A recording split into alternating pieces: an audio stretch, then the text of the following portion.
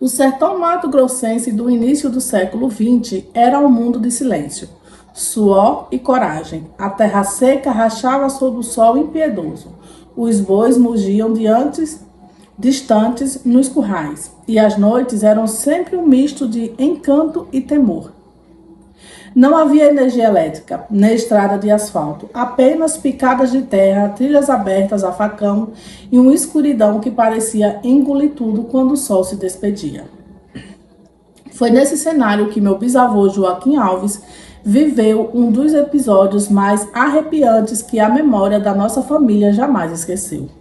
Homem de pele queimada pelo sol, chapéu de couro gasto e mão calejada da lida com a terra, Joaquim era respeitado na região por sua bravura, mas naquela noite nem a sua força nem a sua fé pareciam suficiente diante do que o aguardava.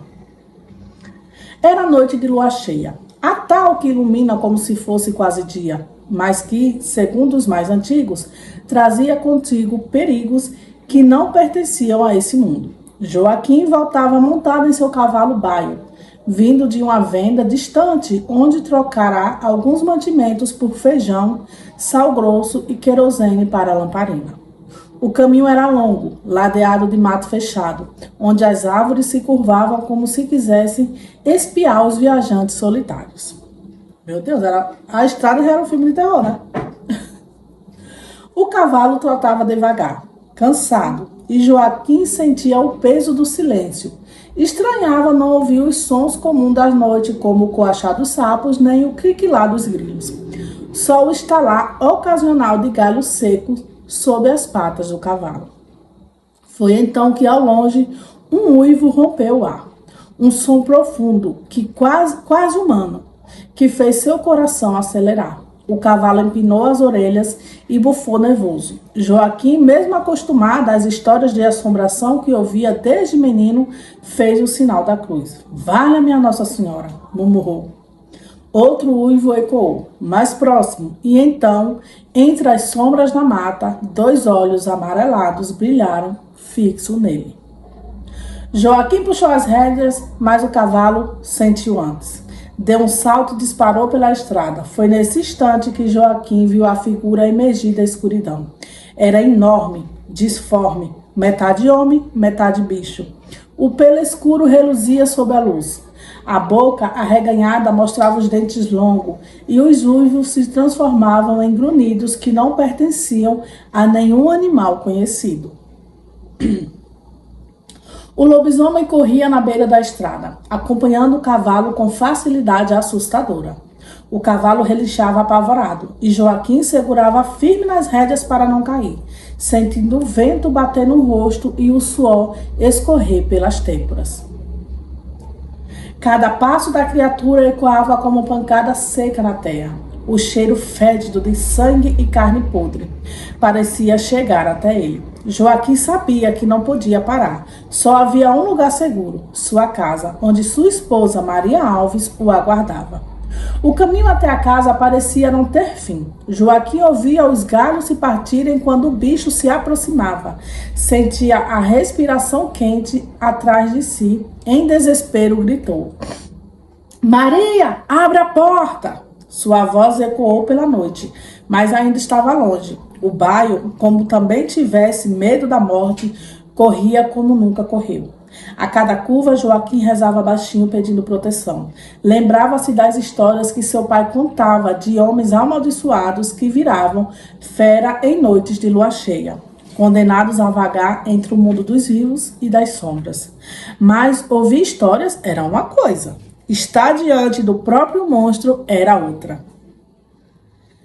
Ao longe, Joaquim avistou a casinha de pau a pique, de janelas pequenas e varanda simples, iluminada apenas pelo clarão da lua. O coração pareceu saltar de alívio, mas o monstro ainda vinha atrás. "Maria, rápido! Abra a porta, pelo amor de Deus!" gritou novamente. A porta rangeu. Maria apareceu assustada, segurando o lampião na mão. Ao ver o marido se aproximando em disparada, abriu a porta sem pensar. Joaquim saltou do cavalo ainda em movimento, correu e entrou, trancando o ferrolho de madeira com as mãos trêmulas. Do lado de fora, o baio relinchava desesperado, e então o silêncio foi quebrado por um arranhar feroz na parede da casa. O lobisomem tinha chegado. Maria agarrou seu terço e começou a rezar alto, enquanto Joaquim empunhava um velho facão, preparando para defender o lar. O bicho rodeava a casa, arranhando as paredes de barro, empurrando a porta, batendo com força. A cada volta soltava grunhidos guturais, farejando como se quisesse encontrar uma entrada. O som das unhas rasgando a madeira da porta fazia o sangue gelar. A lamparina tremia, projetando sombras dançantes na parede, como se a própria casa tivesse medo. Joaquim, ele não vai embora, sussurrou Maria chorando. Vai sim, mulher. Vai amanhecer, a esse desgraçado some. Mas no fundo, nem ele acreditava no que dizia. As horas se arrastaram como séculos. O lobisomem não cansava. Uivava para a lua, batia contra a porta, rodeava, arranhava. A cada investida parecia que a frágil casinha ia desmoronar. Foi só quando o céu começou a clarear, tingindo-se de tom laranjas, que o silêncio retornou. O bicho cessou seus movimentos.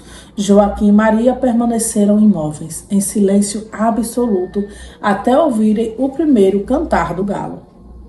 Quando finalmente abriram a porta, o que viram fez seus corpos tremerem.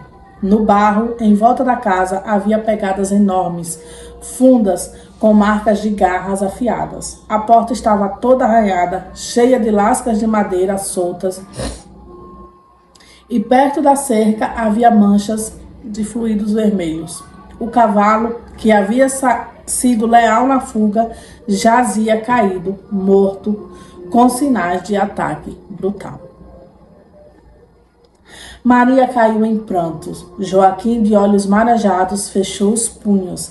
Aquele animal, seja o que fosse, tinha tirado mais que um cavalo. Tinha deixado marcas eternas em suas vidas. A porta arranhada nunca foi trocada. Joaquim mandou reforçá-la, mas os sinais ficaram lá, como testemunho do que enfrentaram naquela noite. Durante anos, contaram a história aos filhos e vizinhos, sempre na mesma certeza. Não era invenção. O lobisomem existe e rodeou a sua casa. Dizem que nas noites de lua cheia, Joaquim ainda acordava sobressaltado com o eco dos uivos da morte. E Maria nunca mais deixou de rezar o terço antes do cair da noite.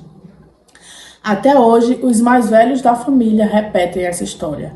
E quando alguém duvida, basta olhar para a velha porta guardada como relíquia. As marcas profundas das garras continuam lá, desafiando quem ousar chamar de mentira o terror que um dia rodeou o sertão mato-grossense.